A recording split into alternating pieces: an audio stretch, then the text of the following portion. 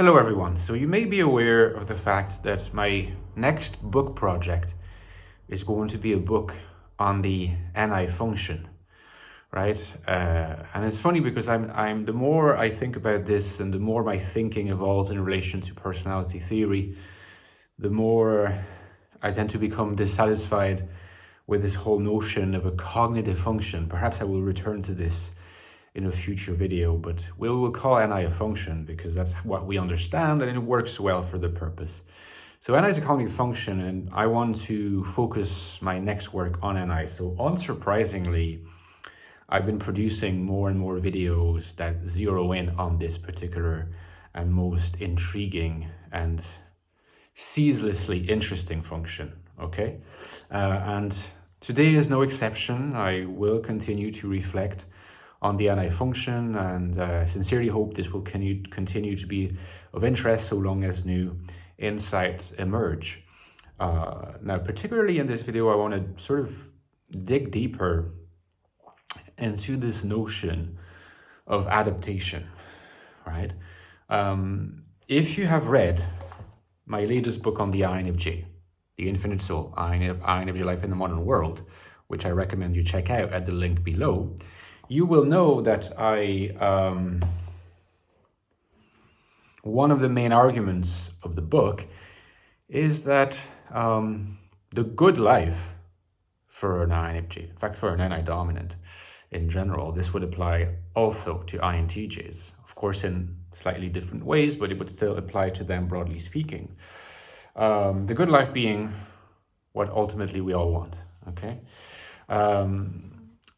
Resides in a magical formula that combines adaptation and authenticity, okay?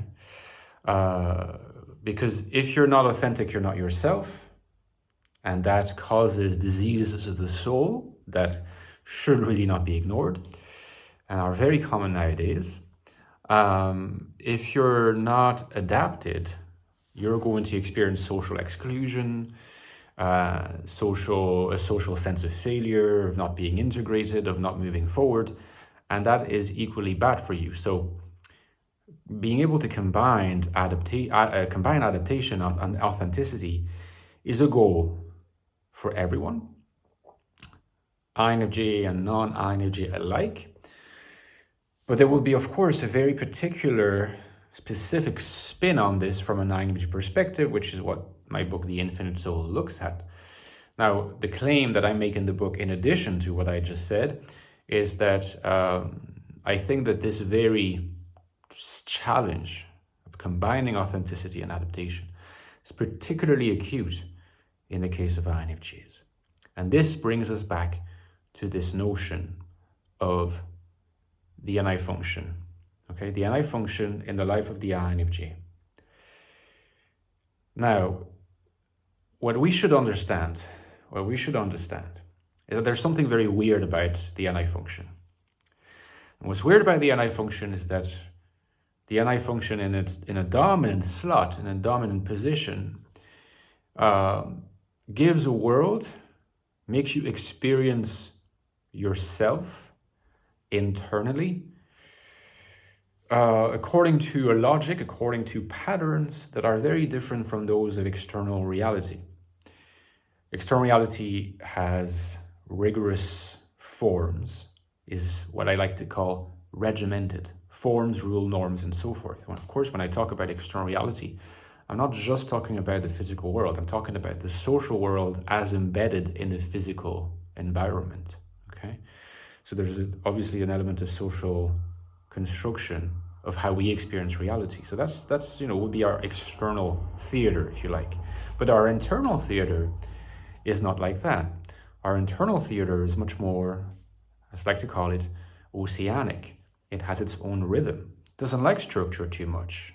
It doesn't really like rules. It doesn't really like norms. It doesn't really like procedures. In other words, it doesn't really like discipline. The NI world is a world that functions according to its own motions, its own moods, its own movements, its own digressions and states somewhat like an ocean, can move seemingly seamlessly between calm, between calm, less calm, currents, eddies, typhoons, waves, tidal waves, and many other transitional states besides. And it's true that an NI dominant doesn't really seem to have much control over the ways of the NI world in this sense, which is why you will often hear, if you're not in an NI dominant and you're living through your NI, okay? You're not trying to repress it or conceal it in the name of too much of a one-sided focus on adaptation, which is one of the things that Jung warned us about the most in the area of individuation. What I call, from an INFJ perspective, spiritualization. One-sided adaptation is always going to be the temptation of the individual when they relate to their dominant function, right? One-sided adaptation. So it's interesting because in the case of one-sided adaptation for INFJs and INTJs, there will often be a temptation to be one-sidedly out of sync with NI. And for the simple reason that what you need to adapt to is external reality. And external reality, if we were to think of external reality as a world, which it is, it's certainly not it's not an NI world. It's not an NI world, okay? I think you could make the point that external reality, again, the social world embedded in a physical reality, a life world, okay? In its current incarnation, because I do believe that this evolves through time, we know it evolves through time. In its current incarnation, it's about the least hospitable world for NI that we can think of, right? Which is why, again, in the Infinite Soul, I talk about the modern world as a world that's often experienced as hostile, right? Hostile. And the hostility of this world leads a lot of NI dominants to choose adaptation through the path of what they think is the path of least resistance. And that's living in a state of oblivion of NI. Compliant people, INFJs of the compliant variety, the equivalent of compliance for INTJs, whatever we call it, compliant INTJs, are characterized by an oblivion of NI. And of course then, by a sense that reality hurts them less because they're more prepared. They're more prepared because they adapt. And yet at the same time, existentially speaking, there is an emptiness there. There is a sense of deep estrangement there, which is deeper than the estrangement characteristic of all NI dominance, which is alienation, okay? So there's a double wound. And these people, often they end up in therapy because, or rather, they end up in therapy saying to their therapist, you know, everything in my life seems to be going well, and yet I feel empty, I feel sad, I feel unhappy, I feel dissatisfied.